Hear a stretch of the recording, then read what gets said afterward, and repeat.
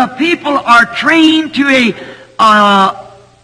church voice, a church trumpet. We've got more in our Sunday school than the rest of them's got. That don't mean a thing. लोग एक कलीसिया की आवाज और कलीसिया के नरसिंगे को सुनने के लिए तरबियत याफ्ता हैं। वो कहते हैं हमने अपने संडे स्कूल में बाकी सब लोगों से ज्यादा हासिल कर लिया है, इसलिए इस बात का कोई मतलब नहीं। We've got more in our denomination than the rest of them's got. We're the biggest amongst the denominations. See, that's the kind of a voice that the people are trained for. वो कहते हैं हमने अपनी तंजीम में बाकी सबसे ज्यादा हासिल किया है और हमारी तंजीम तंजीमों में सबसे बड़ी है। देखें, ये इस किस्म की आवाज है जिसके लिए लोग तैयार हैं। In the street, they go out to get the people and bring them in. Tens of thousands, times thousands in great campaigns. Bring them in. ये लोग बाहर निकलते हैं और फिर लोगों को लेकर उन्हें सड़कों में लाते हैं। लाखों मर्तबा, हजारों बड़ी बड़ी मुहिम में वो लोगों को सड़कों पर लाते हैं। What are they interested in? We got the biggest church, we got the biggest congregation, we got the highest membered Sunday school, we got the mayor of the city come to our church. That might be all good. But if that same church isn't trained to the voice of God, the gospel trumpet, what good does it do? उनको इस काम में क्या दिलचस्पी है?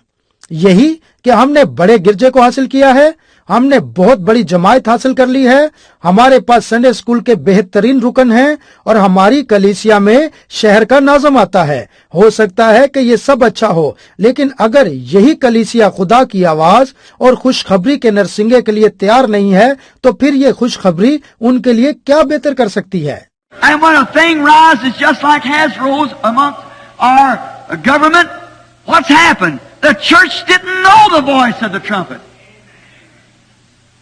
And they don't know what to do. और जब एक चीज उठ खड़ी होती है जो कि हमारी हुकूमत में उठ खड़ी हुई, तो फिर क्या हुआ? इसी तरह कलीसिया भी नरसिंगे की आवाज को नहीं जानती और ना ही लोग जानते हैं कि क्या करें, और दिमागी तौर पर मजबूत इंसान इस निजाम में आ चुके हैं। The great promise of prosperity, an intellectual giant coming in, and they went right over the very thing that the Bible predicted and brought it in. See? A political voice.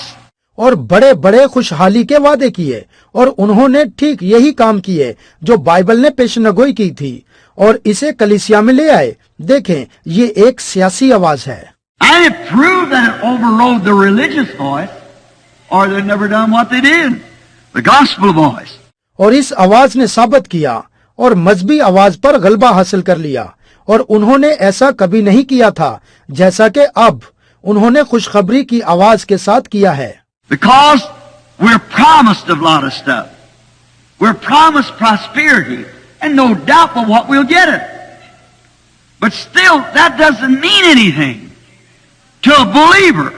क्योंकि हमसे बहुत सारी चीजों और खुशहाली का वादा किया गया, और बेशक क्या हम इन्हें हासिल करेंगे, लेकिन अब भी उन चीजों की ईमानदार के करीब कोई हैसियत नहीं। Turn over in the book of Hebrews at the 11th chapter. Listen to that St. Paul speak, how they in the days wandered about in sheepskins and goatskins, was destitute, not a place, couldn't enter the city.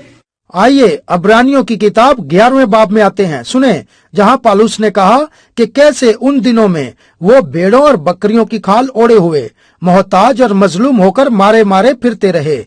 उनके पास कोई जगह ना थी, किसी शहर में भी दाखिल ना हो सके। I was reading in the Nicaea Council, one of the great issues come up at Nicaea, Rome, 300 years after the death of Christ. And the great Nicaea Council, when the great church that stood for what was right, they wanted the Bible. And the Roman converts of the first church of Rome had injected dogmas. मैं Nasiya council की तारीख पढ़ रहा था कि जब मसीह की मौत के 300 साल बाद जब नासिया रोम में यह बड़ा मसला छिड़ गया, तो उस बड़ी नासिया काउंसिल में तब वो अजीम कलीसिया जो लोग बाइबल को चाहते थे हक बात के लिए खड़े हो गए थे। रोमियो ने रोम की पहली कलीसिया में तब्दीलियां करके रस्म रवाज शामिल कर दिए। To say, for instance, like we have Christmas.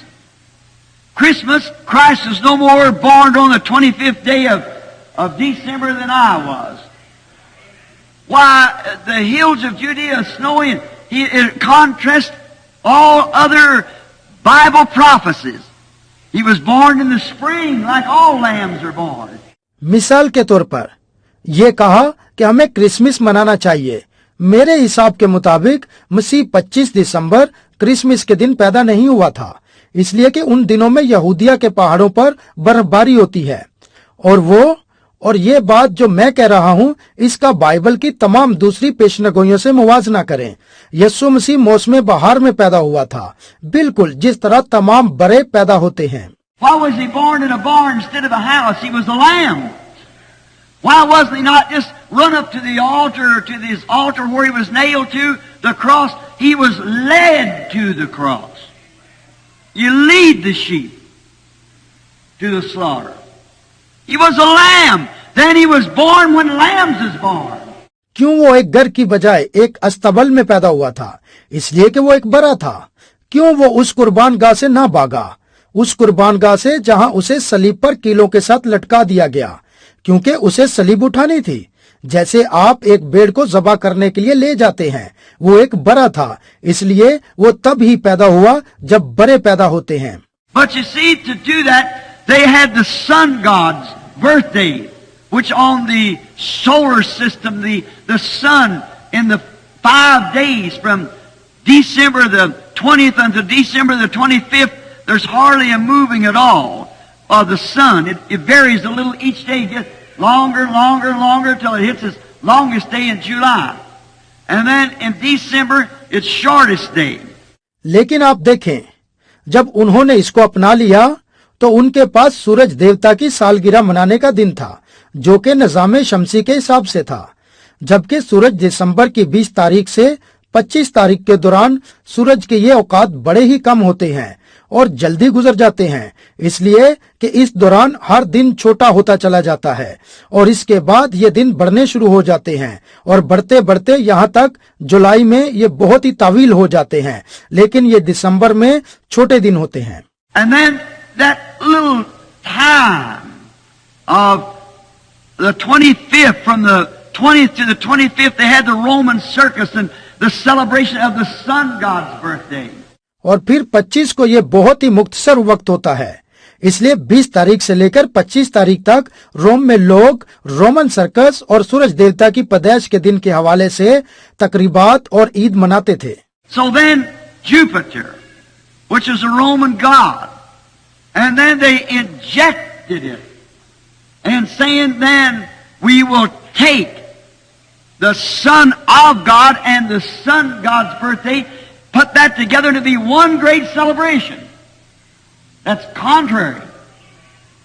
And all the many injections that they placed in there.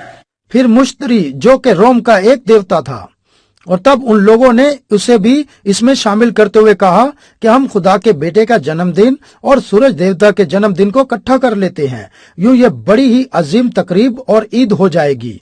और ये सरासर कलाम के बरक्स है, और यूं हो उन लोगों ने इसमें बहुत सारी रस्म रवाज को शामिल कर लिया। And then when them true man of God who wanted to stay with the word, like Polycarp, Irenaeus, Martin, those great early sainted men who wanted to stay with the truth, and when they brought to the Nicaea Council, some of those people had been so rejected until prophets came in out of the wilderness with nothing around it but a piece of sheepskin to sit in that council. But they know the word of the Lord. और तब वो जो खुदा के सच्चे बंदे थे, जो चाहते थे कि खुदा के कलाम के साथ खड़े रहें, जैसे कि पॉलीकार्प, अरीनियस, मार्टन और वो अजीम बंदे जो कि इब्तदाई मुकद्दस थे, और वो चाहते थे कि सच्चाई के साथ खड़े रहें। और जब उन्होंने उनको नासिया कौंसिल के जरिए बुलवाया तो उनमें से कुछ लोगों को बहुत रद्द किया गया जब तक कि नबी बियाबान से निकलकर न आए और उनके इर्द गिर्द भेड़ की खाल के टुकड़े के सिवा कुछ न था। और वो उस कौंसिल में बैठे, मगर वो अजीम बंदे खुदा के कलाम को जानते थे।